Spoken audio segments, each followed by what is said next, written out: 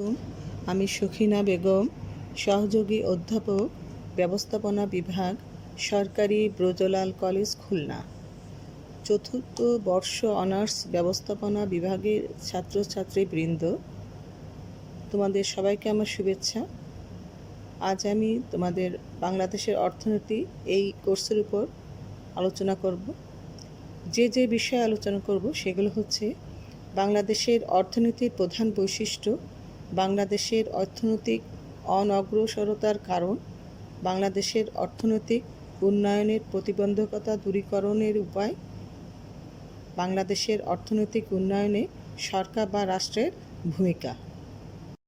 এখন আমি বাংলাদেশের অর্থনীতির প্রধান বৈশিষ্ট্যসমূহ আলোচনা করব। কৃষির 1 নম্বর, কৃষির উপর নির্ভরশীলতা। 2 নম্বর, অনুন্নত কৃষি ব্যবস্থা। 3 নম্বর, অনুন্নত শিল্প কাঠামো। 4 নম্বর, অধিক জনসংখ্যা। 5 নম্বর, মাথাপিছু আয়। 6 নম্বর, বেকার সমস্যা। 7 নম্বর, খাদ্য সমস্যা। 8 নম্বর, মূলধনের স্বল্পতা। 9 নম্বরে প্রাকৃতিক সম্পদের অপূর্ণ ব্যবহার। 10 নম্বর, দারিদ্র্যের দুষ্টু চক্র। 11 নম্বর, অনুন্নত আর্থসামাজিক কাঠামো। 12 নম্বর, ব্যাপক নিরক্ষরতা। 13 নম্বর, আন্তর্জাতিক বাণিজ্যে ঘাটতি। 14 নম্বর, দ্রব্যমূল্যে ঊর্ধ্বগতি। 15 নম্বর, মিশ্র অর্থনীতি। 16 নম্বর, সস্তা শ্রম। 17 নম্বর, বৈদেশিক ঋণ। 18 নম্বর, প্রাকৃতিক দুর্যোগ। 19 নম্বর, দক্ষ উদ্যোক্তার অভাব। 20 নম্বর, আধুনিক প্রযুক্তির অভাব। 21 নম্বর, সামাজিক ও ধর্মীয় পরিবেশ। এবং 22 নম্বর, রাজনৈতিক অস্থিরতা। এগুলো আমি বিস্তারিত বর্ণনা করব। প্রথমে আমি বলে নিই, বাংলাদেশ ক্ষুধা, দারিদ্র্য, নিরক্ষরতার জর্জরিত একটি স্বল্পোন্নত দেশ। রাজনৈতিক, সামাজিক ও অর্থনৈতিক অনুকূল পরিবেশ না থাকায় এদেশের অর্থনৈতিক উন্নয়নে নানা প্রতিবন্ধকতা সৃষ্টি হয়েছে। অনুন্নত কৃষি, দুর্বল শিল্প কাঠামো, বেকারত্ব, দুর্নীতি, স্বল্প মাথাপিছু আয়, এসবই বাংলাদেশ অর্থনীতির প্রকৃতি। নিম্নে আসলে এই বর্ণনাগুলো আমি 22টা ভাগে ভাগ করেছি, আর বর্ণনাগুলো এখন দিচ্ছি। কৃষির উপর নির্ভরশীলতা। বাংলাদেশের অর্থনৈতিক কাঠামো মূলত কৃষি নির্ভর। 2012-13 অর্থ বছরের জিডিপিতে এই খাতের অবদান ছিল 16.77%। দেশের মোট শ্রমশক্তির 47.3% কৃষি খাতে নিয়োজিত। 2011-12 অর্থ বছরে কৃষিজাত পণ্য রপ্তানি আয় ছিল মোট রপ্তানি আয়ের 1.3%। 2 নম্বর, অনুন্নত কৃষি ব্যবস্থা। কৃষি প্রধান দেশ হওয়া সত্ত্বেও বাংলাদেশে এখনও অধিকাংশ কৃষক প্রাচীন ও অনুন্নত কৃষি পদ্ধতি অবলম্বন করে। এদেশের অনেক কৃষকই এখনও আধুনিক চাষ পদ্ধতির সাথে পরিচিত নয়। দেশে আধুনিক কৃষি যন্ত্রপাতির ব্যবহার শুরু হলেও তা খুবই সীমিত। বাংলাদেশের গরিব কৃষকদের পক্ষে এসব ব্যয়বহুল আধুনিক কৃষি যন্ত্রপাতি সংগ্রহ করাও কঠিন। এছাড়াও উন্নত বীজ, রাসায়নিক সার ও কীটনাশক ঔষধ ব্যবহারের পরিমাণও পর্যাপ্ত নয়। ফলে বিশ্বের অন্যান্য দেশের তুলনায় বাংলাদেশে একর প্রতি ফলন অত্যন্ত কম। 3 নম্বর, অনুন্নত শিল্প কাঠামো।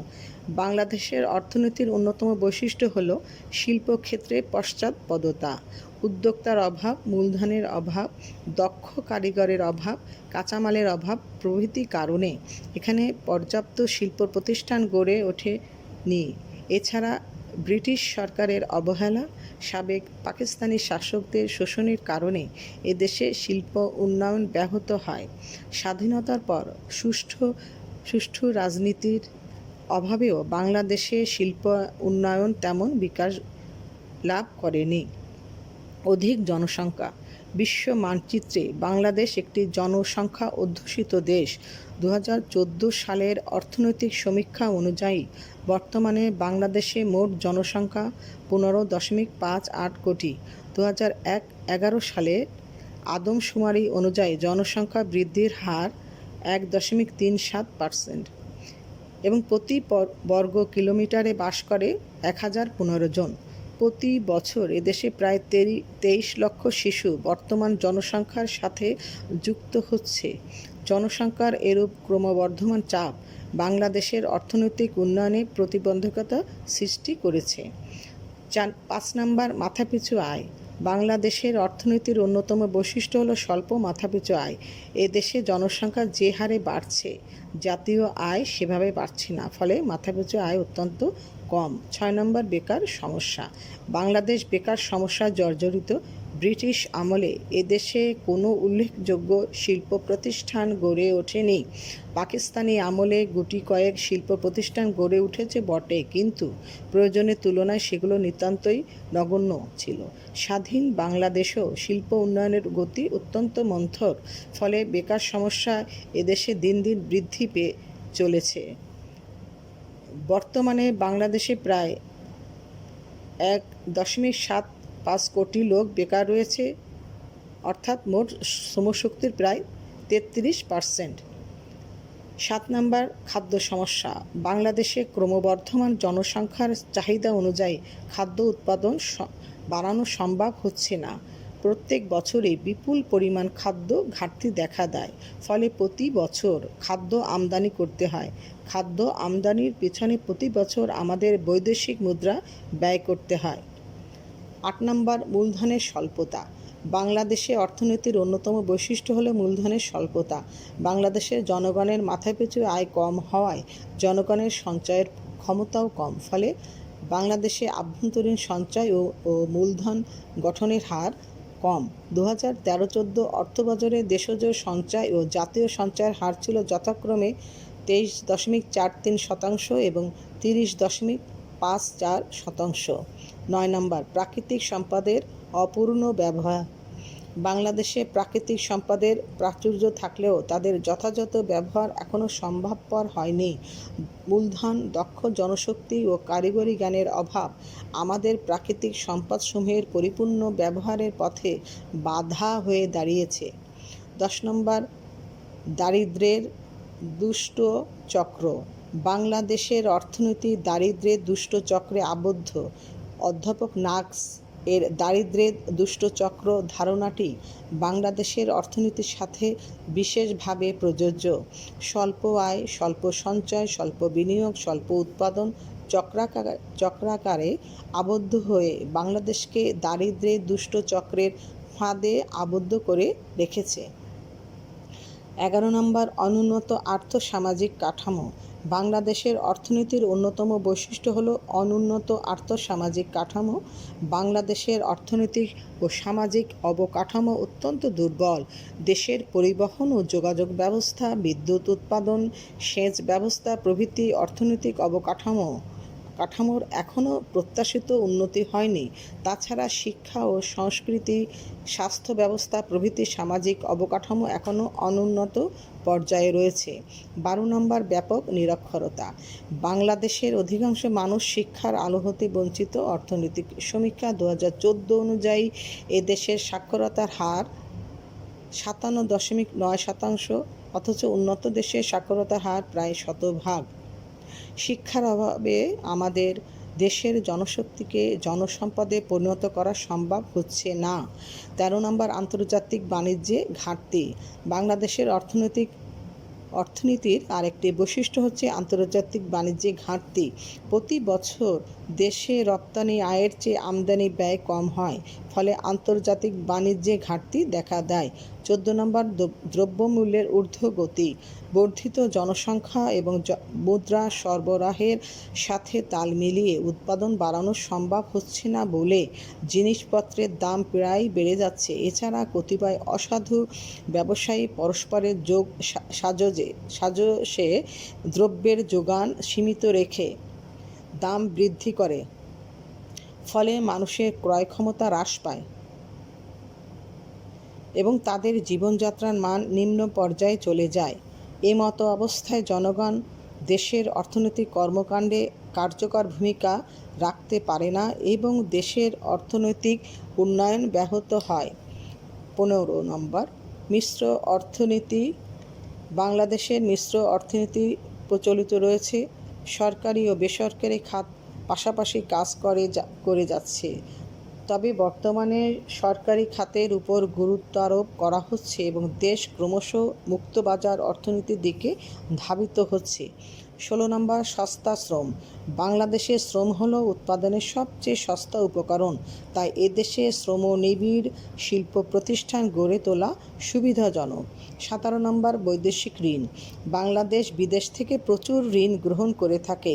উন্নয়ন কর্মসূচির অর্থায়ন এবং বৈদেশিক লেনদেনের ঘাটতি পূরণের উদ্দেশ্যে বাংলাদেশ নিয়মিতভাবে বিদেশ থেকে ঋণ গ্রহণ করে থাকে। 2014-15 সালের বাজেটে বৈদেশিক নিট ঋণের পরিমাণ ধরা হয়েছে 18,069 কোটি টাকা। 18 নম্বর, প্রাকৃতিক দুর্যোগ। বাংলাদেশ কৃষিপ্রধান দেশ। কৃষি এদেশের অর্থনীতির মূল ভিত্তি, কিন্তু বাংলাদেশে প্রায়ই বন্যা, খরা, ঘূর্ণিঝড়, জলোচ্ছ্বাস প্রভৃতি প্রাকৃতিক দুর্যোগ দেখা দেয়। এতে জানমাল ও বিপুল পরিমাণ ফসলের ক্ষয়ক্ষতি হয়, অর্থাৎ আমাদের কৃষি উৎপাদন মারাত্মকভাবে ব্যাহত হয়, যা আমাদের অর্থনৈতিক উন্নয়নের জন্য হুমকি স্বরূপ। 19 নম্বর, দক্ষ উদ্যোক্তার অভাব। বাংলাদেশের অর্থনীতির অন্যতম বৈশিষ্ট্য হলো দক্ষ উদ্যোক্তার অভাব। এদেশের উদ্যোক্তাগণের মাঝে শিক্ষা, অভিজ্ঞতা ও ঝুঁকি গ্রহণের ক্ষমতা অত্যন্ত কম, ফলে এখানে নতুন নতুন শিল্প কলকারখানা তেমন গড়ে উঠছে না। 20 নম্বর, আধুনিক প্রযুক্তির অভাব। আধুনিক প্রযুক্তির যথেষ্ট অভাব রয়েছে, ফলে শিল্প কারখানায় নিয়োজিত শ্রমিকেরা তাদের মেধা ও দক্ষতা যথাযথভাবে নিয়োগ করতে পারছে না। ফলশ্রুতিতে উৎপাদন কম হচ্ছে। এছাড়াও বাংলাদেশের শ্রমিকদের কারিগরি জ্ঞানের অভাব রয়েছে। 21 নম্বর, সামাজিক ও ধর্মীয় পরিবেশ। আধুনিক শিক্ষার প্রসারের ফলে মানুষের মন হতে অন্ধবিশ্বাস ও পুরাতন কুসংস্কার বিদূরিত হয়েছে, ফলে আমাদের সামাজিক পরিবেশ এখন আর পূর্বের মতো অর্থনৈতিক উন্নয়নের পথে প্রতিবন্ধক নয়। 22 নম্বর, রাজনৈতিক অস্থিরতা। একটি দেশের অর্থনৈতিক উন্নয়ন রাজনৈতিক স্থিতিশীলতার উপর বহুল অংশে নির্ভর করে। বাংলাদেশের রাজনৈতিক দলগুলো প্রায় হরতাল, ধর্মঘট, অবরোধ প্রভৃতি রাজনৈতিক কর্মসূচি গ্রহণ করে, ফলে দেশের সাধারণ মানুষের দুর্ভোগ বাড়ে, শিল্পের উৎপাদন ব্যাহত হয়, জনগণের জানমালের নিরাপত্তা বিঘ্নিত হয় এবং ব্যবসা বাণিজ্যে অচলাবস্থার সৃষ্টি হয়। সর্বোপরি এরূপ অবস্থা দেশের অর্থনৈতিক উন্নয়নে চরম প্রতিবন্ধকতা সৃষ্টি করে। এখন আমি তোমাদের বাংলাদেশের অর্থনৈতিক অনগ্রসরতার কারণ এ বিষয়ে বলবো। বাংলাদেশ ক্ষুধা, দারিদ্র্য, নিরক্ষরতায় জর্জরিত একটি স্বল্প উন্নত দেশ। এদেশের দ্রুত অর্থনৈতিক উন্নয়নের পথে বিভিন্ন প্রতিবন্ধকতা রয়েছে। প্রতিবন্ধকতাগুলো হচ্ছে: 1 নম্বর, অনুন্নত কৃষি ব্যবস্থা। 2, ঋণ খেলাপি সংস্কৃতি। 3, অবকাঠামোগত দুর্বলতা। 4, বৈদেশিক সাহায্য ব্যবহারে অদক্ষতা। 5, বিদেশি পণ্যের আধিক্য। 6, স্বল্প সঞ্চয় ও মূলধন স্বল্পতা। 7, প্রশাসনিক জটিলতা ও দুর্নীতি। 8, প্রতিকূল আইনশৃঙ্খলা পরিস্থিতি। 9, রাজনৈতিক অস্থিরতা। 10, আমদানি নির্ভরতা, বৈদেশিক বাণিজ্যের ব্যবধান। 11, নীতি বাস্তবায়নে সরকারের ধীর গতি। 12, শিক্ষার অভাব। 13, দক্ষ মানব সম্পদের অভাব। 14, দক্ষ উদ্যোক্তাদের অভাব। 15, কারিগরি জ্ঞানের অভাব। 16, প্রাকৃতিক দুর্যোগ। 17, সামাজিক ও ধর্মীয় পরিবেশ। 18, দ্রব্যমূল্যের ঊর্ধ্বগতি। 19, অতিরিক্ত জনসংখ্যা। 20, বেকারত্ব। 21, বৈদেশিক মুদ্রার অভাব। এখন আমি বিস্তারিত বলছি। 1 নম্বর, অনুন্নত কৃষি ব্যবস্থা। কৃষিপ্রধান দেশ হওয়া সত্ত্বেও বাংলাদেশে এখনও অধিকাংশ কৃষক প্রাচীন ও অনুন্নত কৃষি পদ্ধতি অবলম্বন করে। এদেশের অনেক কৃষকই এখনও আধুনিক চাষ পদ্ধতির সাথে পরিচিত নয়। দেশের আধুনিক কৃষি যন্ত্রপাতির ব্যবহার শুরু হলেও তা খুবই সীমিত। বাংলাদেশের গরিব কৃষকদের পক্ষে এসব ব্যয়বহুল কৃষি যন্ত্রপাতি সংগ্রহ করাও কঠিন। এছাড়া উন্নত বীজ, রাসায়নিক সার ও কীটনাশক ঔষধ ব্যবহারের পরিমাণও পর্যাপ্ত নয়। এসব কারণে কৃষিক্ষেত্রে উৎপাদনও কম হচ্ছে। অনুন্নত এই কৃষি ব্যবস্থা এদেশের অর্থনৈতিক উন্নয়নে প্রতিবন্ধকতার সৃষ্টি করছে। 2 নম্বর, ঋণ খেলাপি সংস্কৃতি। ঋণ খেলাপি সংস্কৃতি বাংলাদেশের অর্থনৈতিক উন্নয়নের একটি অন্যতম বাধা। অসাধু বিত্তবানগণ নানাভাবে প্রতিপত্তি ব্যবহারের মাধ্যমে ঋণ গ্রহণ করে উৎপাদনশীল খাতে বিনিয়োগের পরিবর্তে অনুৎপাদনশীল খাতে বিনিয়োগ করে এবং বিনিয়োগকৃত এই অর্থ লগ্নিকারী প্রতিষ্ঠানকে ফেরত না দিয়ে খেলাপি ঋণে পরিণত করে। খেলাপি ঋণের এ টাকা নিয়মিত পরিশোধ করা হলে পুনঃবিনিয়োগের মাধ্যমে অর্থনীতি সমৃদ্ধ হতো। 3 নম্বর, অবকাঠামোগত দুর্বলতা। অবকাঠামোগত দুর্বলতা বাংলাদেশের অর্থনৈতিক উন্নয়নের এক বিরাট বাধা। রাস্তাঘাট, পরিবহন ব্যবস্থা, বিদ্যুৎ ব্যবস্থা এখানে উন্নত নয়, ফলে অর্থনৈতিক উন্নয়ন মারাত্মকভাবে ব্যাহত হচ্ছে। 4, বৈদেশিক সাহায্য ব্যবহারের অদক্ষতা। অর্থনৈতিক অব্যবস্থাপনা ও দুর্বল পরিকল্পনার কারণে বৈদেশিক সাহায্য আমাদের অর্থনীতিকে সক্রিয় করতে পারছে না। এছাড়া অপচয়, দুর্নীতি এবং দক্ষতার অভাবে সাহায্যের যথার্থ সুফল থেকে আমাদের দেশ বঞ্চিত হচ্ছে। দাতা দেশগুলোর প্রেসক্রিপশন অনুযায়ী উন্নয়ন পরিকল্পনা আমাদের জাতীয় অর্থনীতিকে লাভজনক নয়, বরং ক্ষতিগ্রস্ত করছে। 5, বিদেশি পণ্যের আধিক্য। বাংলাদেশে উদার আমদানি নীতি চালু থাকায় এদেশের বাজার বিদেশি পণ্যে সয়লাব। এটি এদেশের দেশি বিদেশি বিনিয়োগকারী ও উদ্যোক্তাদের জন্য হতাশার কারণ। বিদেশি বিনিয়োগকারীগণ স্থানীয় বাজারের সম্ভাব্যতা যাচাই করে বিনিয়োগে উৎসাহ হারিয়ে ফেলে। সুতরাং এদেশের বাজারে বিদেশি পণ্যের আধিক্য আমাদের অর্থনৈতিক উন্নয়নের একটি মারাত্মক প্রতিবন্ধকতা। 6, স্বল্প সঞ্চয় মূলধন স্বল্পতা। বাংলাদেশের জনগণের মাথাপিছু আয় কম থাকার কারণে সঞ্চয়ের পরিমাণ কম, ফলে মূলধন গঠনের হার কম। মূলধন গঠনের হার কম থাকার কারণে বিনিয়োগ কম এবং উৎপাদন কম। মূলধনের স্বল্পতার কারণে দেশের অর্থনৈতিক উন্নয়ন ব্যাহত হচ্ছে। প্রশাসনিক জটিলতা ও দুর্নীতি। বাংলাদেশ গণতান্ত্রিক ব্যবস্থাপনায় রাজনীতিকগণ শাসনতন্ত্রের চালিকাশক্তি হলেও গতিশীল রাজনৈতিক প্রজ্ঞার অভাবের কারণে মূল কার্যক্রম পরিচালনা করেন আমলাগণ। সরকারের বার্ষিক উন্নয়ন কর্মসূচি সহ সকল অর্থনৈতিক কর্মকাণ্ডে আমলাদের নিয়ন্ত্রণ এবং রাজনীতিবিদ ও আমলাদের কাজের সমন্বয়হীনতা দেশে শাসনতান্ত্রিক জটিলতা সৃষ্টি করছে। 8 নম্বর, প্রতিকূল আইনশৃঙ্খলা পরিস্থিতি।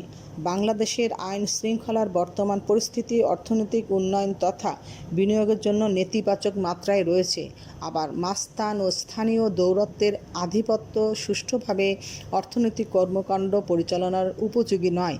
আইন শৃঙ্খলা পরিস্থিতির প্রতিকূল অবস্থার কারণে দেশের অর্থনৈতিক উন্নয়ন বাধাগ্রস্ত হয়ে পড়ছে। 9, রাজনৈতিক অস্থিরতা। রাজনৈতিক স্থিতিশীলতা একটি দেশের অর্থনৈতিক উন্নয়নের পূর্বশর্ত। বাংলাদেশের রাজনৈতিক অবস্থা স্থিতিশীল নয়। ক্ষমতার পরিবর্তন হলে পূর্বের সরকারে গৃহীত সকল প্রকল্প বাতিল বা পরিবর্তন করে নতুন সরকার ইচ্ছামতো সাজিয়ে নেয়, যা কেবল পরিকল্পনাগত দুর্বলতা প্রমাণ করে না, বরং উন্নয়নের গতি ব্যাহত করে। ঘন ঘন হরতাল, অবরোধ প্রভৃতি কারণে অর্থনৈতিক উন্নয়নকে মারাত্মকভাবে ব্যাহত করে। 10, আমদানি নির্ভরতা ও বৈদেশিক বাণিজ্যের ব্যবধান। বাংলাদেশে রপ্তানি থেকে আমদানির পরিমাণ বেশি, ফলে বাণিজ্যিক লেনদেনে ভারসাম্যহীনতা ঘটছে এবং প্রতি বছর বাণিজ্য ঘাটতির পরিমাণ বৃদ্ধি পাচ্ছে। এই বাণিজ্য ঘাটতি বাংলাদেশের অর্থনৈতিক উন্নয়নকে ব্যাহত করছে। 11, নীতি বাস্তবায়নে সরকারের ধীরগতি।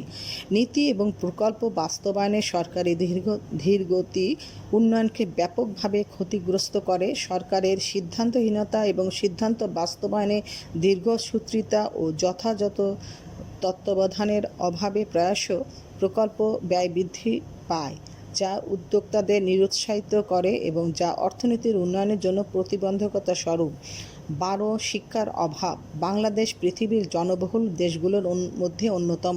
এদেশের অধিকাংশ মানুষ শিক্ষার আলো থেকে বঞ্চিত। শিক্ষার অভাবে এদেশের মানুষের মন কুসংস্কারে আচ্ছন্ন এবং রক্ষণশীল। এই কারণে তারা এদেশের কোনো উন্নয়ন কর্মকাণ্ডে অংশ নিতে পারে না। এতে দেশের অর্থনৈতিক উন্নয়ন ব্যাহত হয়। 13, দক্ষ মানব সম্পদের অভাব। দক্ষ মানব সম্পদ থাকলে একটি দেশে অর্থনৈতিক উন্নয়ন ত্বরান্বিত হয়। বাংলাদেশে দক্ষ মানব সম্পদের যথেষ্ট অভাব রয়েছে। দক্ষ মানব সম্পদের অভাবে দেশের সম্পদের পূর্ণ ব্যবহার সম্ভব হচ্ছে না। দক্ষ মানব সম্পদের অভাবে দেশের অর্থনৈতিক উন্নয়ন বাধাগ্রস্ত হচ্ছে। 14 দক্ষ উদ্যোক্তার অভাব। বাংলাদেশে দক্ষ উদ্যোক্তার অভাব রয়েছে। এ দেশের উদ্যোক্তাগণের মাঝে শিক্ষা, অভিজ্ঞতা ও ঝুঁকি গ্রহণের ক্ষমতা কম। ফলে এখানে নতুন নতুন শিল্প কলকারখানা গড়ে উঠছে না। দক্ষ উদ্যোক্তার অভাবে দেশের অর্থনৈতিক উন্নয়ন বাধাগ্রস্ত হচ্ছে। কারিগরি জ্ঞানের অভাব। বাংলাদেশে কারিগরি শিক্ষা প্রতিষ্ঠানের অভাব রয়েছে। বাস্তব ও কর্মমুখী শিক্ষার মাধ্যমে শ্রমিকের দক্ষতা বৃদ্ধি পায় ও উৎপাদনশীলতা বৃদ্ধি পায়। কারিগরি শিক্ষা প্রতিষ্ঠানের অপর্যাপ্ততার কারণে শ্রমিকের দক্ষতা বৃদ্ধি পাচ্ছে না। সুতরাং কারিগরি শিক্ষা প্রতিষ্ঠানের অভাব অর্থনৈতিক উন্নয়নকে ব্যাহত করছে। 16 প্রাকৃতিক দুর্যোগ। বাংলাদেশ কৃষি প্রধান দেশ। কৃষি এদেশের অর্থনীতির মূল ভিত্তি, কিন্তু বাংলাদেশে প্রায় খরা, বন্যা, ঘূর্ণিঝড় ইত্যাদি কারণে জানমাল ও ফসলের ব্যাপক ক্ষতি হয়। এতে আমাদের কৃষি উৎপাদন মারাত্মকভাবে ক্ষতিগ্রস্ত হয়, যা অর্থনৈতিক উন্নয়নকে বাধাগ্রস্ত করে। 17 সামাজিক ও ধর্মীয় পরিবেশ। বাংলাদেশের সামাজিক ও ধর্মীয় পরিবেশ অনুকূল নয়। ধর্মীয় গোঁড়ামি, সমাজের রক্ষণশীল রাজনীতি ও বিভিন্ন কুসংস্কার সমাজকে আচ্ছাদিত করেছে। এসব কারণে মানুষ অর্থনৈতিক কর্মকাণ্ডে অংশ নিতে পারছে না। এতে দেশের অর্থনৈতিক উন্নয়ন ক্ষতিগ্রস্ত হচ্ছে। 18 দ্রব্যমূল্যের ঊর্ধ্বগতি। দ্রব্যমূল্যের ঊর্ধ্বগতি বাংলাদেশের অর্থনীতিতে বিরূপ প্রভাব ফেলছে। দ্রব্যমূল্য বাড়লে মানুষের ক্রয় ক্ষমতা হ্রাস পায়, চাহিদা কমে যায়, উৎপাদন খরচ বাড়ে এবং বিনিয়োগ হ্রাস পায়। বাংলাদেশের অর্থনীতিতে দ্রব্যমূল্যের ঊর্ধ্বগতি পরিলক্ষিত হয়, যা অর্থনৈতিক উন্নয়নের প্রতিবন্ধকতা স্বরূপ। অতিরিক্ত জনসংখ্যা। বাংলাদেশ পৃথিবীর ঘন বসতিপূর্ণ দেশগুলোর মধ্যে অন্যতম।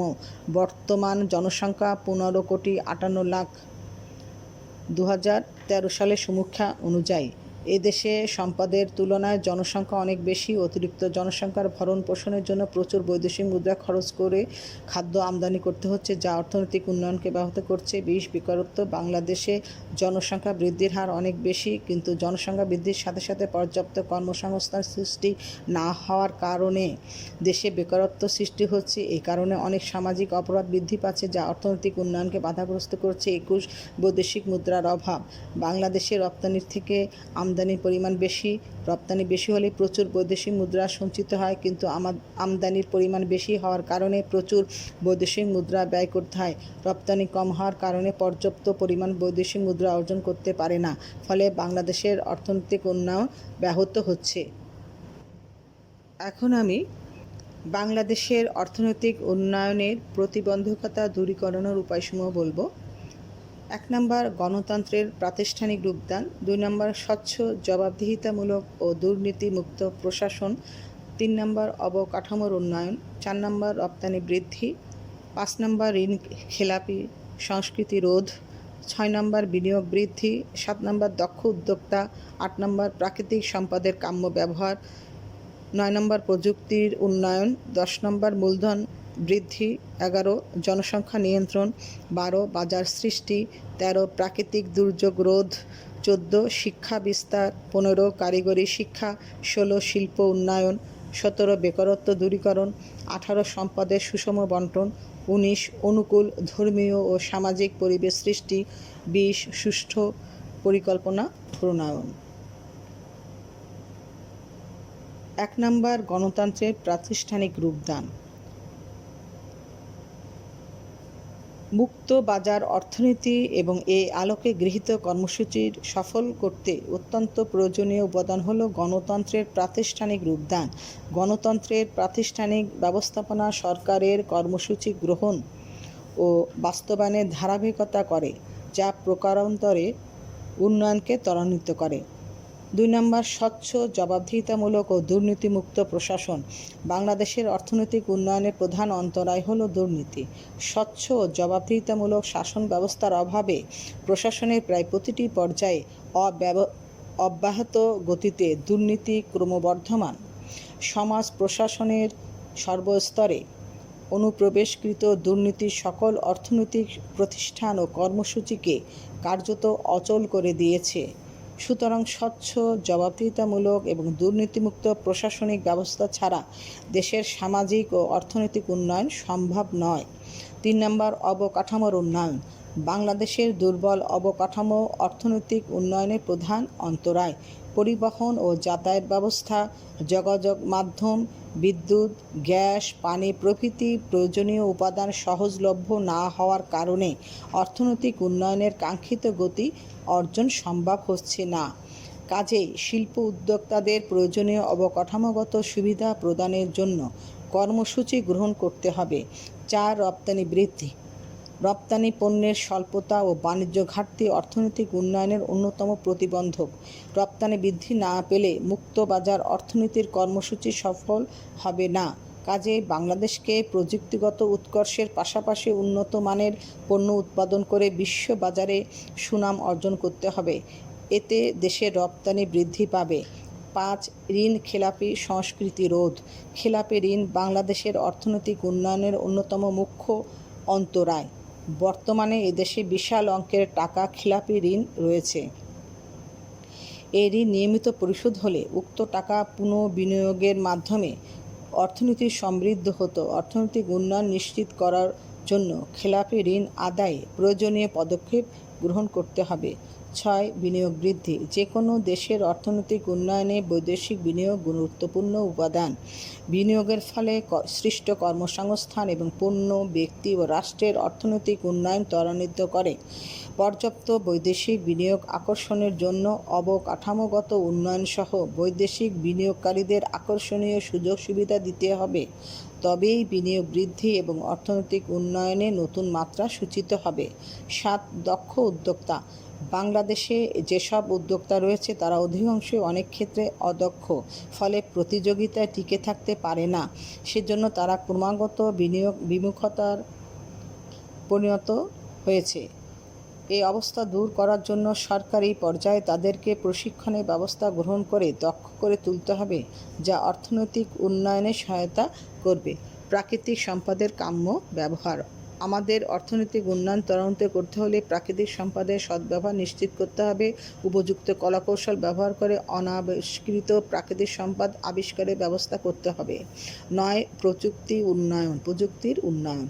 বাংলাদেশের ন্যায় কৃষিনির্ভর দেশের অর্থনৈতিক উন্নয়নের জন্য টেকসই উন্নত প্রযুক্তির ব্যবহার অত্যন্ত জরুরি। দেশের অর্থনৈতিক উন্নয়নে পুঁজি, শ্রম ইত্যাদির ব্যবহারে উন্নত প্রযুক্তির যথোপযুক্ত প্রয়োগ অত্যন্ত কার্যকর অবদান রাখতে পারে। কাজেই বাংলাদেশকে বিজ্ঞান ও প্রযুক্তির জ্ঞান ব্যবহারের মাধ্যমে অর্থনৈতিক চ্যালেঞ্জ মোকাবেলা করতে হবে এবং এ লক্ষ্যে কার্যকর পদক্ষেপ গ্রহণ করতে হবে। 10, মূলধন বৃদ্ধি। দেশের দ্রুত অর্থনৈতিক উন্নয়ন কৃষি ও শিল্পসহ বিভিন্ন খাতে মূলধনের অধিক বিনিয়োগের উপর নির্ভরশীল। মূলধন গঠনের হার বাড়াতে হলে সঞ্চয়ের পরিমাণ বাড়াতে হবে এবং সঞ্চয় একত্র করে উৎপাদনে বিনিয়োগের জন্য ব্যাংক ব্যবস্থার সম্প্রসারণ করতে হবে। 11, জনসংখ্যা নিয়ন্ত্রণ। বাংলাদেশ পৃথিবীর সবচেয়ে ঘন বসতিপূর্ণ দেশ। 2001 সালের আদমশুমারি অনুযায়ী এদেশের জনসংখ্যা ছিল 12.92 কোটি। 2011 সালে আদমশুমারি অনুযায়ী জনসংখ্যা ছিল 14.97 কোটি। জনসংখ্যা বৃদ্ধির হার ছিল 1.37%। বাংলাদেশের অর্থনৈতিক সমীক্ষা 2014 অনুযায়ী বর্তমান জনসংখ্যা 15.58 কোটি। বর্তমান জনসংখ্যা আমাদের অর্থনৈতিক উন্নয়নে বাধা সৃষ্টি করছে। এহেন অবস্থায় পরিকল্পিত উপায়ে জনসংখ্যা নিয়ন্ত্রণ করতে হবে। এতে বেকারত্ব হ্রাস পাবে, দরিদ্রতা কমবে এবং দেশের অর্থনৈতিক উন্নয়ন ত্বরান্বিত হবে। 12, বাজার সৃষ্টি। পণ্যের আভ্যন্তরীণ বাজার সৃষ্টির পাশাপাশি আন্তর্জাতিক বাজার সৃষ্টি করতে হবে। এ লক্ষ্যে পণ্যের উৎপাদন খরচ হ্রাস এবং গুণগত মান বৃদ্ধি করতে হবে, যা অর্থনৈতিক উন্নয়নে সহায়ক হবে। 13, প্রাকৃতিক দুর্যোগ রোধ। বাংলাদেশে প্রতি বছর বন্যা, খরা, ঘূর্ণিঝড়, জলোচ্ছ্বাস প্রভৃতির কারণে জানমালের ও সম্পদের ব্যাপক ক্ষয়ক্ষতি হয়। দীর্ঘমেয়াদী পরিকল্পনার মাধ্যমে দেশকে বন্যা ও অন্যান্য প্রাকৃতিক দুর্যোগের হাত থেকে রক্ষা করতে পারলে অর্থনৈতিক উন্নয়ন ত্বরান্বিত হবে। 14, শিক্ষা বিস্তার। শিক্ষার বিস্তার ব্যতীত অর্থনৈতিক উন্নয়ন সম্ভব না। শিক্ষা এমন একটি প্রক্রিয়া যা মানুষকে দক্ষ, শিক্ষিত ও যুগ উপযোগী করে তোলে। তাই বাংলাদেশের শিক্ষা ব্যবস্থার আমূল পরিবর্তন করে সাধারণ শিক্ষার হার বাড়াতে হবে, যা অর্থনৈতিক উন্নয়নে সহায়তা করবে। 15 কারিগরি শিক্ষা। বাংলাদেশের অর্থনৈতিক উন্নয়ন ঘটাতে হলে কারিগরি শিক্ষার হার বাড়াতে হবে। কারিগরি শিক্ষার দ্বারা শ্রমিকদের দক্ষতা বৃদ্ধি পাবে এবং তাদের উৎপাদনশীলতা বৃদ্ধি পাবে। কাজেই কারিগরি শিক্ষার প্রসার ঘটলে অর্থনৈতিক উন্নয়ন সাধিত হবে। 16 শিল্প উন্নয়ন। কোনো দেশের অর্থনৈতিক উন্নয়ন অনেকাংশে নির্ভর করে শিল্প উন্নয়নের উপর। সুতরাং আমাদের শিল্প উন্নয়নের জন্য বিশেষ জোর দিতে হবে। শিল্প উন্নয়নের জন্য আধুনিক প্রযুক্তি, কাঁচামাল ও মানব সম্পদের যথাযথ ব্যবহার নিশ্চিত করতে হবে। এছাড়া বিনিয়োগের অনুকূল পরিবেশ সৃষ্টি করতে হবে। এতে দেশের অর্থনৈতিক উন্নয়ন ত্বরান্বিত হবে। 17 বেকারত্ব দূরীকরণ। বাংলাদেশের শ্রমশক্তির প্রায় 1/3 বেকার। এই বিশাল জনগোষ্ঠীর কর্মসংস্থানের সুযোগ সৃষ্টি করতে হবে। আর এই বেকার জনগোষ্ঠীকে কাজে লাগাতে পারলে দেশের অর্থনৈতিক উন্নয়নের গতি ত্বরান্বিত হবে। 18 সম্পদের সুষম বণ্টন। বাংলাদেশের অর্থনৈতিক উন্নয়নের পথে সমস্যা দূর করতে হলে জাতীয় আয় ও সম্পদের সুষম বণ্টন নিশ্চিত করতে হবে। এজন্য প্রগতিশীল হারে কর আরোপ, ভূমি সংস্কার ও ভূমি পুনর্বণ্টন, সামাজিক নিরাপত্তা ব্যবস্থা জোরদার প্রভৃতি ব্যবস্থা গ্রহণ করা যেতে পারে। এতে সমাজের সবার মাঝে আয় ও সম্পদের সুষমভাবে বণ্টিত হবে এবং দেশের অর্থনৈতিক উন্নয়ন ত্বরান্বিত হবে। 19 অনুকূল ধর্মীয় ও সামাজিক পরিবেশ সৃষ্টি। দ্রুত অর্থনৈতিক উন্নয়নের জন্য অনুকূল ধর্মীয় ও সামাজিক পরিবেশ সৃষ্টি করতে হবে। সমাজে প্রচলিত ধর্মীয় গোঁড়ামি, বর্ণপ্রথা, রক্ষণশীলতা ও কুসংস্কার দূর করতে পারলে অনুকূল সামাজিক ও ধর্মীয় পরিবেশ সৃষ্টি হবে, যা অর্থনৈতিক উন্নয়নে সহায়ক ভূমিকা পালন করবে। 20 সুষ্ঠু পরিকল্পনা প্রণয়ন। একটি সুষ্ঠু বাস্তবসম্মত অর্থনৈতিক পরিকল্পনা প্রণয়ন ও বাস্তবায়নের মাধ্যমে দেশের অর্থনৈতিক উন্নয়ন ত্বরান্বিত করতে হবে। এখন আমি বাংলাদেশের অর্থনৈতিক উন্নয়নে সরকার বা রাষ্ট্রের ভূমিকা এ বিষয়ে বিস্তারিত বলবো। 1 নম্বর আর্থসামাজিক অবকাঠামো উন্নয়ন। 2 নম্বর প্রাকৃতিক সম্পদের সদ্ব্যবহার। 3 নম্বর মানব সম্পদের উন্নয়ন। 4 নম্বর শান্তি শৃঙ্খলা রক্ষা। 5 নম্বর কৃষি উন্নয়ন। 6 নম্বর শিল্প উন্নয়ন। 7 নম্বর কর্মসংস্থানের সুযোগ সৃষ্টি। 8 নম্বর শিক্ষা সম্প্রসারণ। 9 নম্বর মূলধন সংগ্রহ। 10 নম্বর বেসরকারি খাতের দক্ষতা বৃদ্ধি। 11 নম্বর জনসংখ্যা নিয়ন্ত্রণ। 12 নম্বর স্বাস্থ্য সুবিধা প্রদান। 13 নম্বর আয় বৈষম্য হ্রাস। 14 নম্বর সুষ্ঠু নীতিমালা গ্রহণ। 15 নম্বর প্রযুক্তিগত উন্নয়ন। 16 নম্বর বহির্বাণিজ্যের উন্নয়ন। 17 নম্বর বিনিয়োগ অনুকূল পরিবেশ সৃষ্টি। 1 নম্বর আর্থসামাজিক অবকাঠামো উন্নয়ন। আর্থসামাজিক অবকাঠামো উন্নয়ন। কোনো দেশের অর্থনৈতিক উন্নয়ন আর্থসামাজিক অবকাঠামোর উপর অনেকাংশে নির্ভরশীল। ব্যক্তি খাতের মাধ্যমে দেশের আর্থসামাজিক অবকাঠামো উন্নয়ন অনেক ক্ষেত্রে সম্ভব হয় না। সেজন্য সরকারকে দেশের আর্থসামাজিক অবকাঠামো যেমন রাস্তাঘাট, পরিবহন ও যোগাযোগ ব্যবস্থা, বিদ্যুৎ সরবরাহ, শিক্ষা ও স্বাস্থ্য প্রভৃতি সুবিধা নিশ্চিতকরণে পরিকল্পনা প্রণয়ন ও বাস্তবায়ন করতে হবে। এতে দেশের অর্থনৈতিক উন্নয়ন ত্বরান্বিত হয়। 2 নম্বর প্রাকৃতিক সম্পদের সদ্ব্যবহার। দেশের প্রাকৃতিক সম্পদের আহরণ ও সদ্ব্যবহারের মাধ্যমে রাষ্ট্র উন্নয়নশীল দেশের অর্থনৈতিক উন্নয়নে গুরুত্বপূর্ণ ভূমিকা পালন করে। উন্নয়নশীল দেশগুলোতে প্রাকৃতিক সম্পদ যথেষ্ট পরিমাণ না থাকলেও যে পরিমাণ থাকে সেটুকু সদ্ব্যবহার নিশ্চিত করা গেলে অর্থনৈতিক উন্নয়ন ত্বরান্বিত হবে।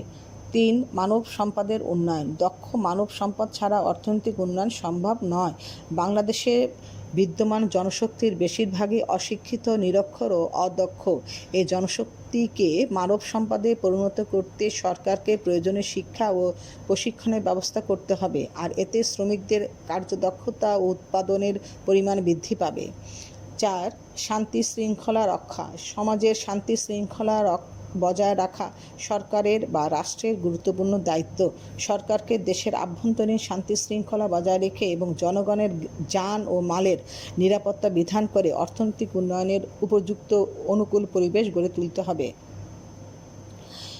5 কৃষি উন্নয়ন। দেশের অর্থনৈতিক উন্নয়নের স্বার্থে কৃষিতে আধুনিক চাষ পদ্ধতির প্রবর্তন এবং আধুনিক প্রযুক্তি ব্যবহারের মাধ্যমে কৃষির উৎপাদনশীলতা বৃদ্ধি করতে সরকারকে প্রয়োজনীয় পদক্ষেপ নিতে হবে। কৃষির উন্নয়ন হলে দেশের অধিকাংশ লোকের আয় বাড়বে। 6 নম্বর শিল্প উন্নয়ন। কোনো দেশের অর্থনৈতিক উন্নয়ন অনেকাংশ শিল্প উন্নয়নের উপর নির্ভরশীল। সুতরাং সরকারকে শিল্প উন্নয়নের উপর বিশেষ গুরুত্ব দিতে হবে। শিল্প উন্নয়নের জন্য আধুনিক প্রযুক্তি ও কলাকৌশল, কাঁচামাল ও মানব সম্পদের যথাযথ ব্যবহার নিশ্চিত করতে হবে। এছাড়াও বিনিয়োগের অনুকূল পরিবেশ সৃষ্টি করতে হবে। 7 নম্বর, কর্মসংস্থানের সুযোগ সৃষ্টি। বাংলাদেশের অর্থনৈতিক উন্নয়নে অন্যতম প্রতিবন্ধকতা হল কর্মসংস্থানের অভাব। এ লক্ষ্যে সরকারকে প্রত্যক্ষ মূলধন বিনিয়োগ করতে হবে। এজন্য সরকার ভারী ও মৌলিক শিল্প স্থাপন করতে পারে। এতে দেশের বেকার জনগোষ্ঠীর কর্মসংস্থানের সুযোগ সৃষ্টি হবে এবং অর্থনৈতিক উন্নয়ন ত্বরান্বিত হবে। 8, শিক্ষা সম্প্রসারণ। শিক্ষা মানুষের জ্ঞান, বিচার বুদ্ধি, চিন্তাভাবনা প্রভৃতি জাগ্রত করে। শিক্ষিত লোক অর্থনৈতিক উন্নয়নে গুরুত্বপূর্ণ অবদান রাখতে পারে। বিশেষ করে কারিগরি শিক্ষায় শিক্ষিত জনগণ ক্ষুদ্র ও কুটির শিল্পে নিয়োজিত থেকে দেশের অর্থনৈতিক উন্নয়নের গতি বৃদ্ধি করতে পারে। সেজন্য সরকারকে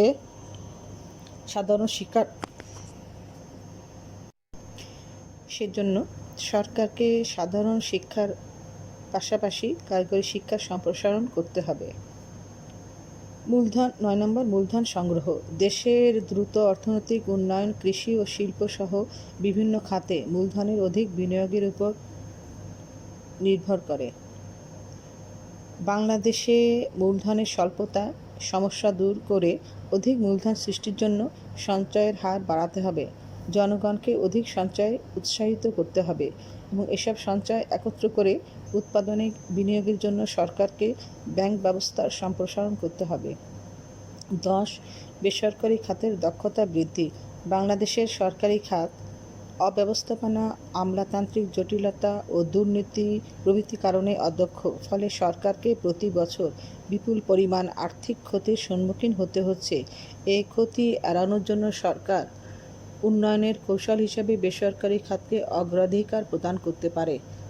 বেসরকারি খাতের দক্ষতা বৃদ্ধি করতে পারলে দেশের শিল্প প্রতিষ্ঠানগুলো লাভজনক প্রতিষ্ঠানে পরিণত হবে। এর অংশ হিসাবে বিগত সরকারগুলো অনেক সরকারি প্রতিষ্ঠানকে বেসরকারি মালিকানায় প্রদান করেছে। 11, জনসংখ্যা নিয়ন্ত্রণ। বাংলাদেশ পৃথিবীর সবচেয়ে ঘনবসতিপূর্ণ দেশ। 2001 সালের আদমশুমারি অনুযায়ী এদেশের জনসংখ্যা ছিল 12.92 কোটি। 2011 সালে আদমশুমারি অনুযায়ী জনসংখ্যা ছিল 14.97 কোটি। জনসংখ্যা বৃদ্ধির হার ছিল 1.37%। বাংলাদেশের অর্থনৈতিক সমীক্ষা 2014 অনুযায়ী বর্তমান জনসংখ্যা 15.58 কোটি। ক্রমবর্ধমান জনসংখ্যা আমাদের অর্থনৈতিক উন্নয়নে বাধা সৃষ্টি করছে। এহীন অবস্থায় পরিকল্পিত উপায়ে জনসংখ্যা নিয়ন্ত্রণ করতে হবে। এতে বেকারত্ব হ্রাস পাবে, দরিদ্রতা কমবে এবং দেশের অর্থনৈতিক উন্নয়ন ত্বরান্বিত হবে। 12, স্বাস্থ্য সুবিধা প্রদান।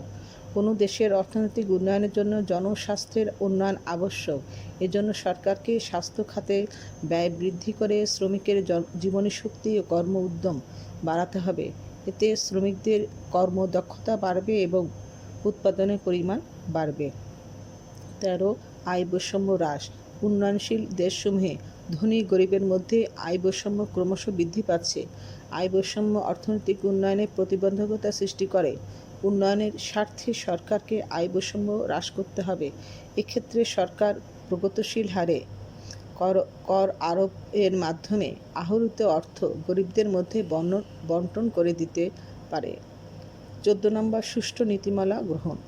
বাংলাদেশের উন্নয়নের পথে অনেক বাধার মধ্যে একটি হচ্ছে দুর্বল নীতিমালা উন্নয়ন প্রক্রিয়ায় অচলাবস্থার সৃষ্টি করে। তাই সরকারকে অত্যন্ত সতর্কতার সাথে কৃষিনীতি, শিল্পনীতি, শ্রমনীতি ও বাণিজ্য নীতি গ্রহণ ও তার যথাযথ বাস্তবায়ন নিশ্চিত করতে হবে। 15, প্রযুক্তিগত উন্নয়ন। অর্থনৈতিক উন্নয়নের জন্য অত্যাবশ্যক প্রযুক্তিগত উন্নয়ন। সরকারকে প্রযুক্তিগত উন্নয়নের দিকে নিষ্ঠাবান হতে হবে। 16, বহির্বাণিজ্যের উন্নয়ন। বৈদেশিক বাণিজ্যের ক্ষেত্রেও উন্নয়নশীল দেশগুলোকে নানা রকম অসুবিধার সম্মুখীন হতে হয়। ফলে এই ব্যাপারেও রাষ্ট্রকে উদ্যোগ গ্রহণ করতে হয়। উন্নত রাষ্ট্রগুলোর সাথে সৌহার্দ্যপূর্ণ সম্পর্ক বজায় রেখে উন্নয়নশীল দেশকে বৈদেশিক বাণিজ্যের ক্ষেত্রে নিজস্ব স্থান করে নিতে হয়। নিরপেক্ষ বাণিজ্য নীতি ও নিয়ন্ত্রিত আমদানি ও রপ্তানি নীতির মাধ্যমে সরকার বৈদেশিক বাণিজ্যের প্রতিকূলতা বহুলাংশ দূর করতে পারে। 17, বিনিয়োগের অনুকূল পরিবেশ সৃষ্টি। অর্থনৈতিক উন্নয়নের জন্য প্রয়োজন পর্যাপ্ত সরকারি বেসরকারি বিনিয়োগ। সরকারকে বিনিয়োগের সকল প্রতিবন্ধকতা দূর করে বিনিয়োগ বান্ধব পরিবেশ সৃষ্টি করতে হবে। সরকার দেশের অর্থনৈতিক উন্নয়নে যে ভূমিকা রাখছে তা প্রশংসাযোগ্য হলেও দেশের দারিদ্র্য ও বেকারত্ব দূরীকরণে এবং দেশের জনগণের স্বাচ্ছন্দ্য আনয়নে সরকারকে ক্রমবর্ধমান হারে অর্থনৈতিক কর্মকাণ্ডে অংশগ্রহণ করা আবশ্যক। প্রিয় ছাত্রছাত্রীবৃন্দ, এই ছিল আজকে আমার পড়ানোর বিষয়। আশা করি তোমরা উপকৃত হয়েছ। তোমাদেরকে আবারও শুভেচ্ছা জানাচ্ছি। ধন্যবাদ।